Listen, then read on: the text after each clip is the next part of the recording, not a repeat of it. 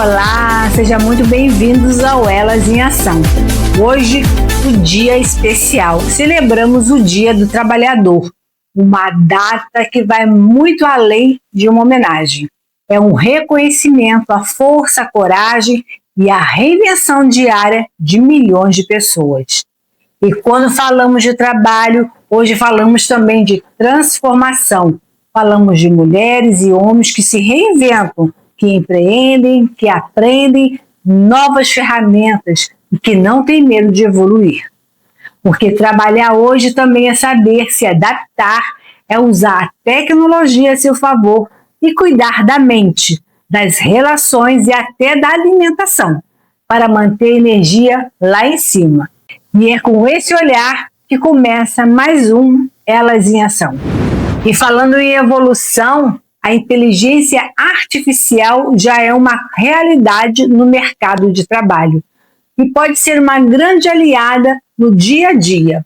Hoje vamos entender como usar a IA de forma prática, inclusiva na organização alimentar. Sim, dá para variar o cardápio, ganhar tempo e ainda cuidar da saúde com a ajuda da tecnologia. Quem traz esse olhar é o Rafael Bispo, gerente de inovação. Vamos conferir?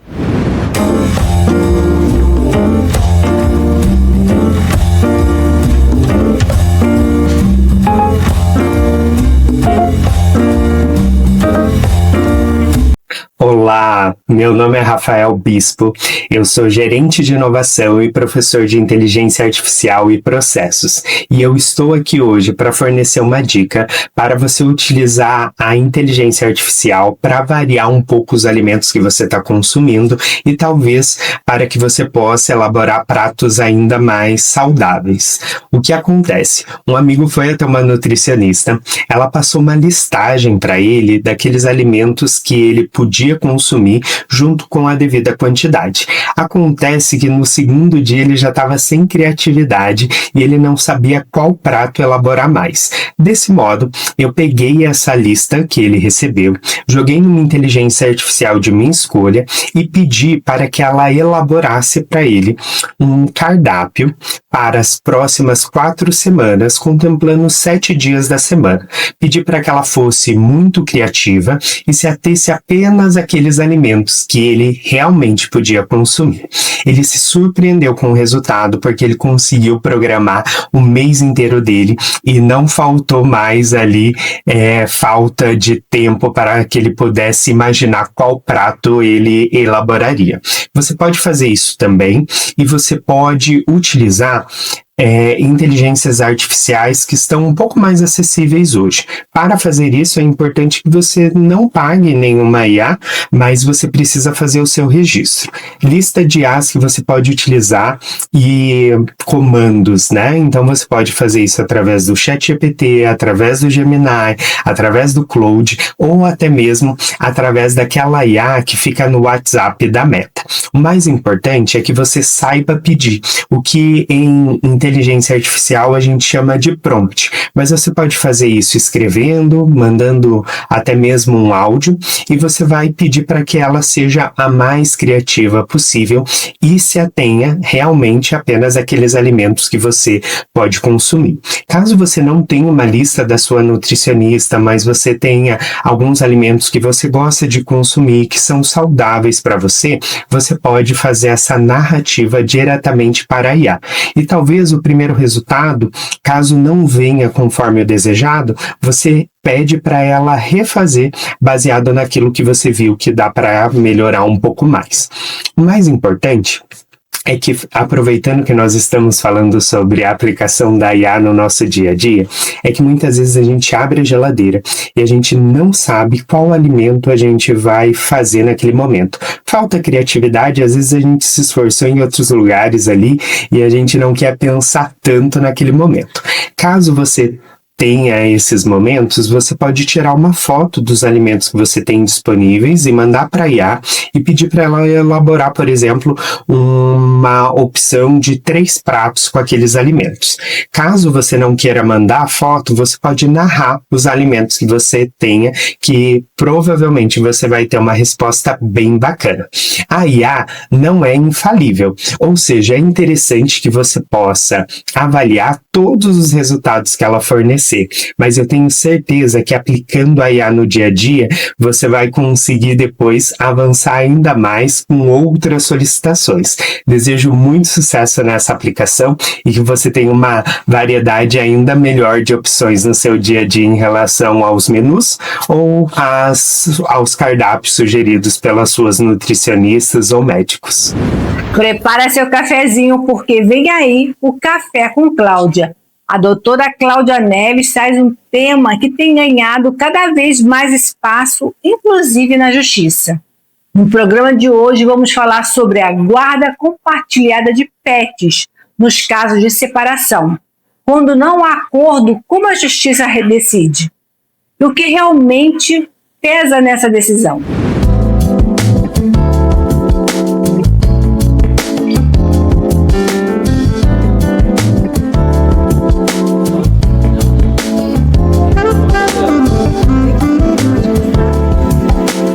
Muito boa tarde, pessoal. Hoje eu quero conversar com vocês sobre um tema que tem aparecido cada vez mais quando o relacionamento chega ao fim e que para muitas pessoas é tão importante quanto qualquer outra decisão, que são os pets.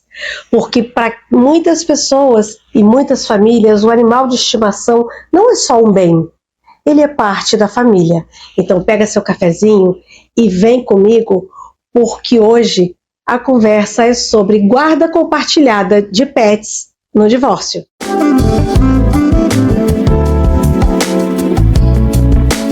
Nos últimos tempos, esse tema ganhou ainda mais relevância, com algumas mudanças na legislação brasileira que passaram a reconhecer a necessidade de se organizar a convivência com os animais domésticos após o fim do relacionamento. E isso acontece porque, na prática, os pets deixaram de ser vistos como apenas objetos. Eles são seres sencientes, eles têm vínculo afetivo, têm rotina, têm necessidades de cuidado e custos, e muitas vezes são parte importante da vida emocional daquela família. Quem tem pet sabe a importância deles na nossa vida. Quando um casal se separa e não há acordo, a justiça pode ser chamada para decidir com quem ficará o animal, ou até mesmo como será a convivência entre as partes. E aí entram alguns critérios importantes, como, por exemplo, quem tem mais disponibilidade para cuidar? Quem já assumia a rotina do pet? Quem tem melhores condições de oferecer o bem-estar para ele? Além disso, também pode ser definida a divisão das despesas. Custos com alimentação, veterinário, banho e tosa, medicamentos, tudo isso pode ser compartilhado dependendo do caso. E existe um ponto novo, muito importante, que passou a ser considerado nessas situações. Em casos em que há um histórico ou risco de violência doméstica, a guarda compartilhada do pet pode não ser permitida. E isso faz todo sentido, porque muitas vezes o animal também faz parte do contexto emocional daquela relação. Existem situações em que o pet é usado como forma de controle, de chantagem, ou até como forma de manter um vínculo forçado com a outra pessoa. E a justiça hoje já começa a olhar para isso com mais atenção. Além disso, quando não há acordo entre as partes, o juiz pode definir como será essa convivência, levando em consideração o bem-estar do animal e a realidade de cada um. Ou seja, é verificado sim quem realmente tem condições de cuidar, proteger e garantir a qualidade de vida do pet. E isso representa uma evolução muito importante na forma como o direito de família vem sendo aplicado. Mas aqui entra Também um outro ponto bem importante. Apesar de existir essa possibilidade jurídica, o ideal sempre é um acordo, porque assim como o que acontece com outras questões familiares, quando existe diálogo, a solução costuma ser bem mais leve e mais equilibrada para todos, inclusive para o pet. E aqui vale uma reflexão bem importante. Quando falamos de guarda de pets, não estamos falando apenas de quem fica com o animal. Estamos falando de responsabilidade, de cuidado, de rotina, de bem-estar. Porque o pet não entende a separação, mas ele sente ausência, sente mudança de ambiente, sente quebra de rotina. Por isso, toda decisão precisa levar em consideração o que é o melhor para ele também. E talvez o ponto mais crucial seja esse. Mais do que discutir quem tem direito, é preciso olhar para quem tem condições de cuidar. Porque quando o vínculo existe, ele merece ser respeitado. Mas quando há disputa, o foco precisa deixar de ser o conflito e passar a ser o cuidado. Porque no final, quem precisa ser protegido é o pet. Se esse tema fez sentido para você, compartilha com alguém que também tem um pet e precisa entender melhor essa questão. Eu espero por vocês na próxima semana para mais um Café com Cláudia. Até lá! No nosso ponto de encontro de hoje, temos uma convidada muito especial. Vocês pensam que a gente ia deixar batido sobre o lançamento do filme O Diabo Veste Prada? Claro que não. A Niara traz uma reflexão poderosa. Toda mulher é líder. E faz uma conexão com o filme O Diabo Veste Prada, mostrando os bastidores da liderança, seus desafios e aprendizados. Roda aí!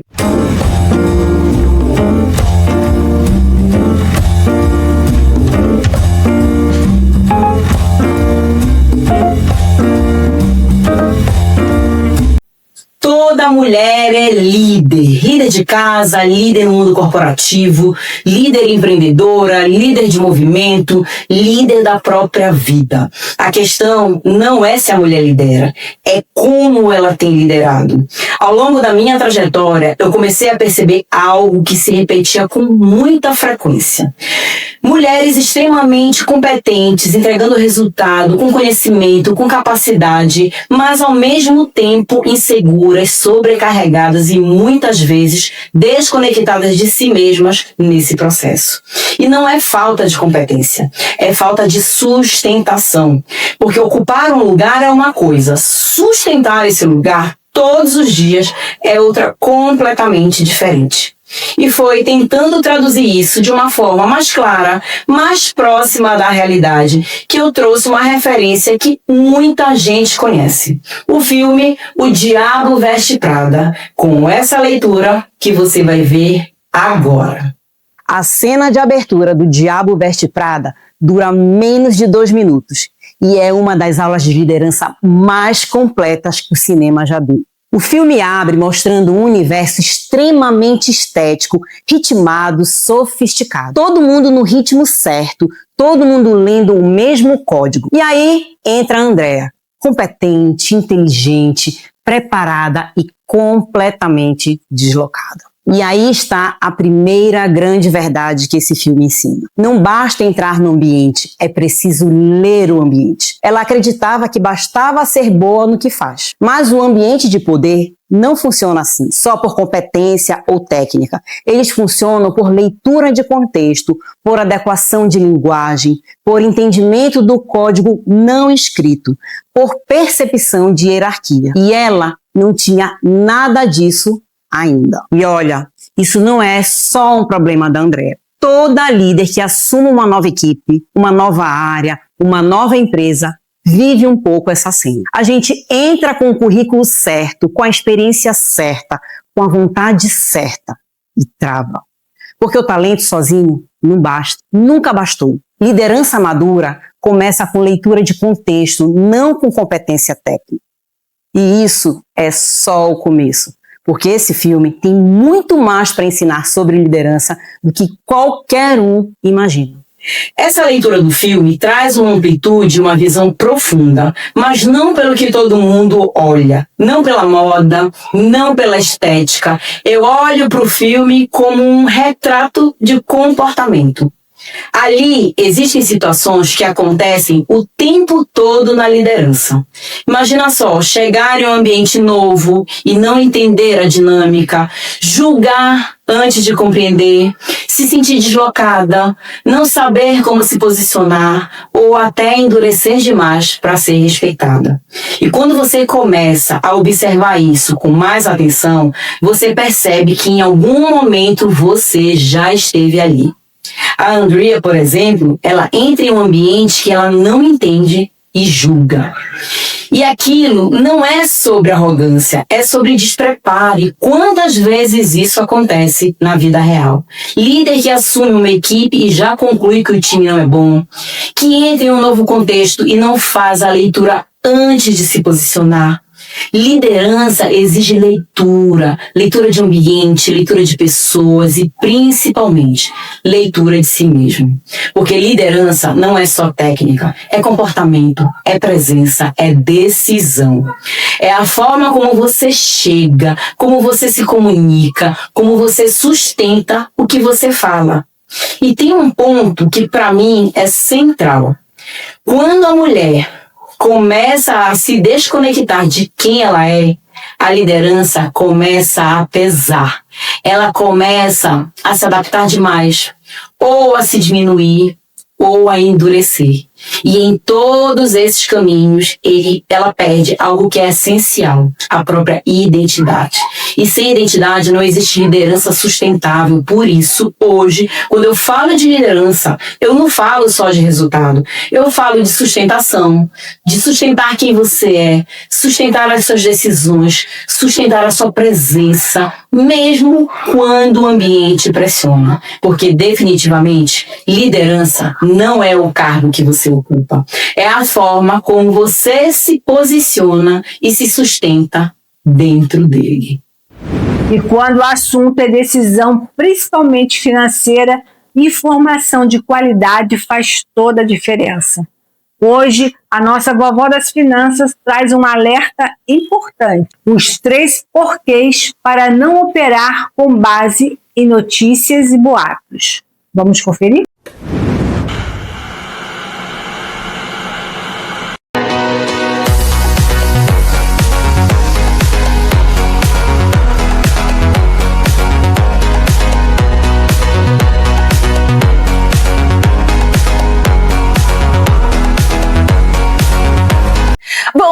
Boa tarde, vovó das finanças no pedaço.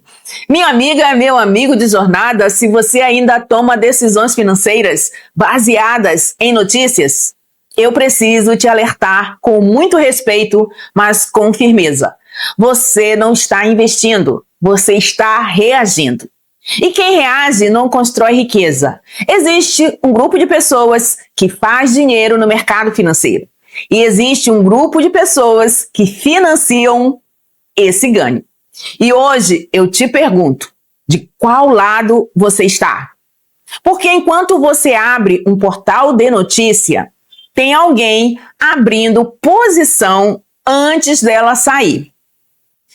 Para você que ainda não me conhece, eu sou Adélia Glicério, a sua vovó das finanças. Sou treinadora financeira, comportamental, sistêmica, escritora, palestrante e investidora há mais de 25 anos. E a minha missão é de te ajudar a sair da confusão financeira, para viver uma vida com clareza, direção e prosperidade.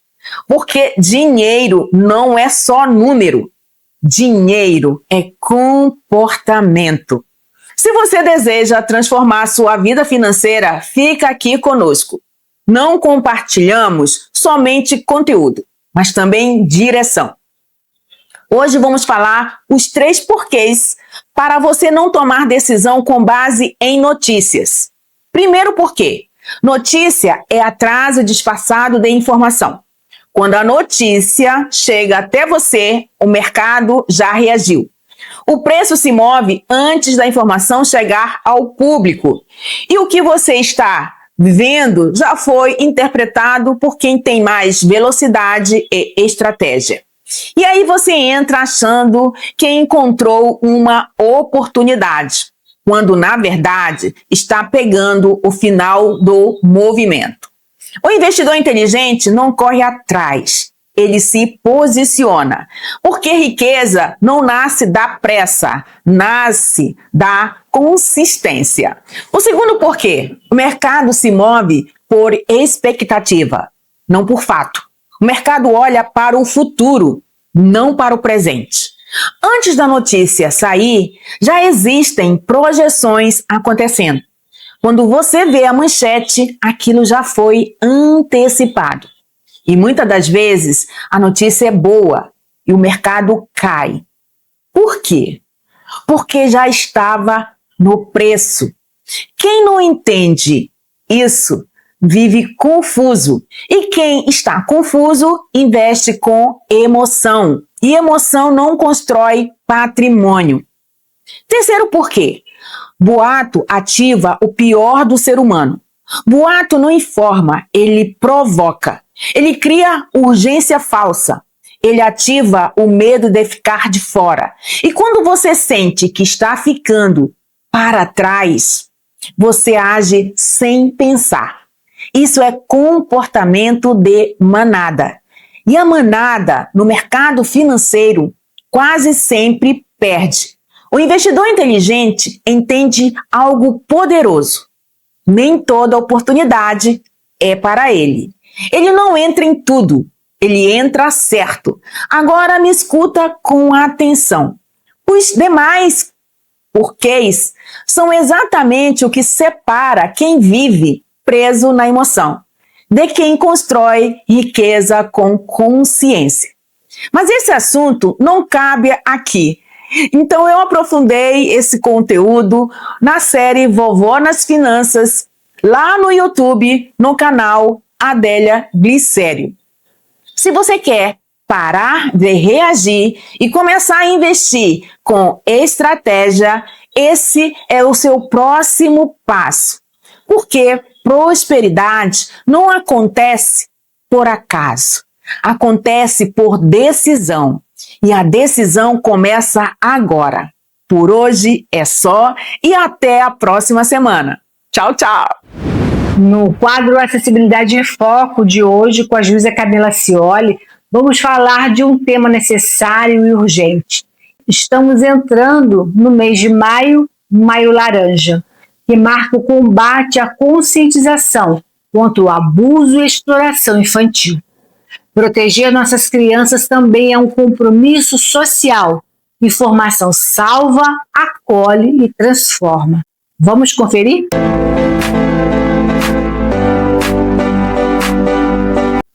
Olá, boa tarde. Estamos iniciando mais uma Acessibilidade em Foco aqui no Elas em Ação. Hoje falaremos sobre o Maio Laranja.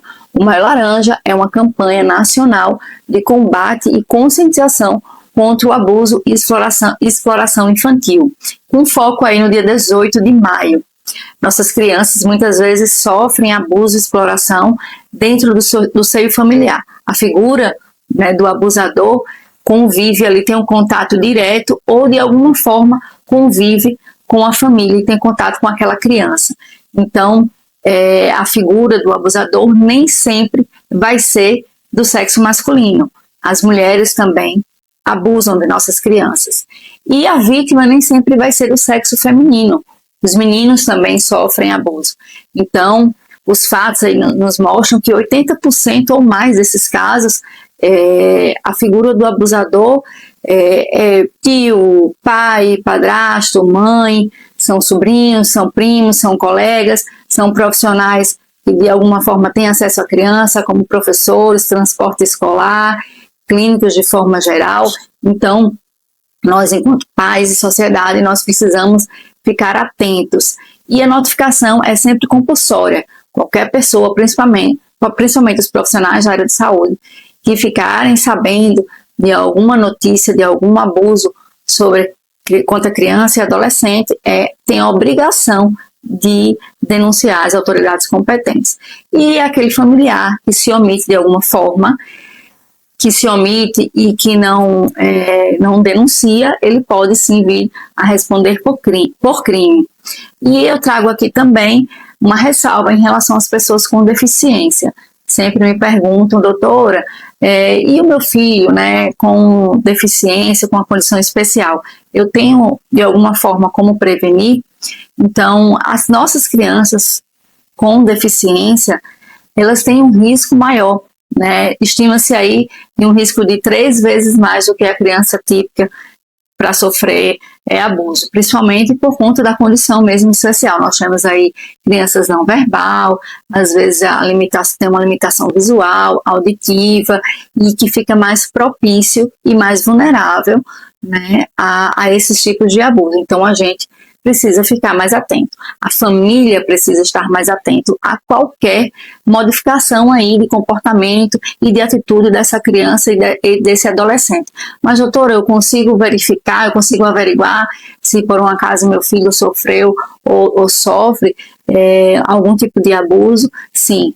Nós temos profissionais especializados, tem testes específicos, então você procura aí, se tiver, né, alguma dúvida ou algum comprometimento aí, né, de conduta e comportamento dessa criança, procure o médico, né, o pediatra que atende essa criança e encaminha aí para um profissional, um psicólogo, um psiquiatra, para que ajude vocês nesse sentido. Mas eu sempre falo que antes de denunciar, antes de a gente chegar nesse momento, é preciso prevenir. Muitas vezes nós prevenimos esse abuso, ele não acontece, eu já vi muitos relatos de não acontecer, ficar só ali na tentativa por parte do abusador, porque a criança é bem informada. Então, o que é que eu devo fazer? Mas a minha criança, pessoa com deficiência, ela também pode, né, pode ser educada, pode ser informada. Qualquer tipo de criança, qualquer tipo de adolescente, seja ele típico ou atípico, precisa ser prevenido. De que forma? Informando e educando.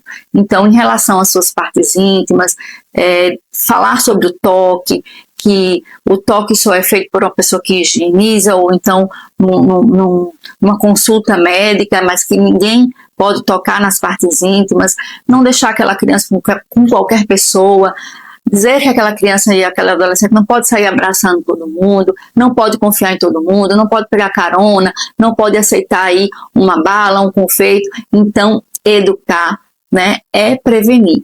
Então, previna. E se realmente você estiver passando por isso, seu filho já passou por isso, denuncie. Acolha, no primeiro momento, devemos acolher essa criança e devemos denunciar as autoridades competentes. Você procura a delegacia especializada, procura o Conselho Tutelar, o Ministério Público, a Defensoria Pública, o Judiciário, denuncie e depois encaminhe essa criança aí para uma rede de apoio, para que tanto ela quanto a família consigam superar, tá bom? Eu fico por aqui. Semana que vem nós vamos tratar mais um pouco sobre a questão do abuso e exploração infantil. Agradeço a sua audiência e aguardo vocês. Até lá.